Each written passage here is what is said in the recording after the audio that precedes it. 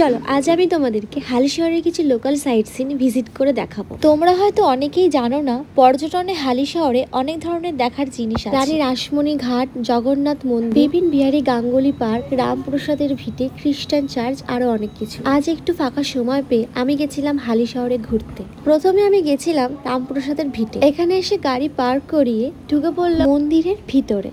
তারপর মা কালীকে দর্শন করে চলে গেলাম সেখানকার একটি পুকুরে। দেখতে পাচ্ছি এখানে অনেকগুলো কচ্ছপ ছাড়া রয়েছে, হয়তো এখানে চাষ করা হয় কচ্ছপগুলোর। কিছুক্ষণ সময় কাটিয়ে আমরা আবার ওখান থেকে বেরিয়ে আসলাম। এখন যাব কেক পার্কের, মানে তার আরেকটা নাম বিপিন বিহারী গাঙ্গুলি পার্ক। এখানে ঢুকে দেখতে পাচ্ছি গাড়ি পার্কিং এর জায়গা রয়েছে। গাড়ি পার্ক করিয়ে আমরা চলে গেলাম ভেতরে। ভেতরটা খুব পরিষ্কার পরিচ্ছন্ন ছিল আর ছিল অনেক বসার জায়গা। জায়গাটা ছিল খুব নিরিবিলি শান্ত পরিবেশের মধ্যে। আর যেহেতু এটা একদম গঙ্গার ঘাটের পাশে অবস্থিত, তাই তোমরা যারা এখানে আসবে তোমাদের বিকেলটা খুব ভালোভাবে কেটে যাবে সুন্দর একটা হাওয়া খেতে খেতে। ও আর একটা কথা তো বলতে ভুলে গেছি, এখানে কিন্তু কোনো টিকিট ভাড়া নেই, তোমরা বিনামূল্যে ভেতরে প্রবেশ করতে পারো। খানিকক্ষণ বসে গল্প করে আমার পেয়ে গেছিল খিদে, তাই আমি চলে গেছিলাম বাইরে। দেখলাম ওখানে একটা ভেলপুরি পাপড়ি চাটের দোকান আছে, ওখান থেকে আমি নিয়ে গন্ধরাজ পাপড়ি চাট। নামটা আমি প্রথমবার শুনেছিলাম। এক প্লেট গন্ধরাজ পাপড়ি চাটের দাম পড়েছিল 40 টাকা। বাদাম, ধনেপাতা, চানাচুর আর তার সাথে বিভিন্ন ধরনের মশলা আর গন্ধরাজ লেবুর রস দিয়ে টোটালটা মিক্সড করে এই পাপড়ি চাটটা বানিয়েছিল। এখন বুঝলাম এই খাবারটার নাম গন্ধরাজ। পুরো চাটটা গন্ধরাজ লেবু দিয়ে বানানো হয়েছিল আর খেতে ছিল দারুণ। খাওয়া দাওয়া শেষ করে আমরা ওখান থেকে বেরিয়ে পড়লাম। এখান থেকে বেরিয়ে আমরা এখন যাব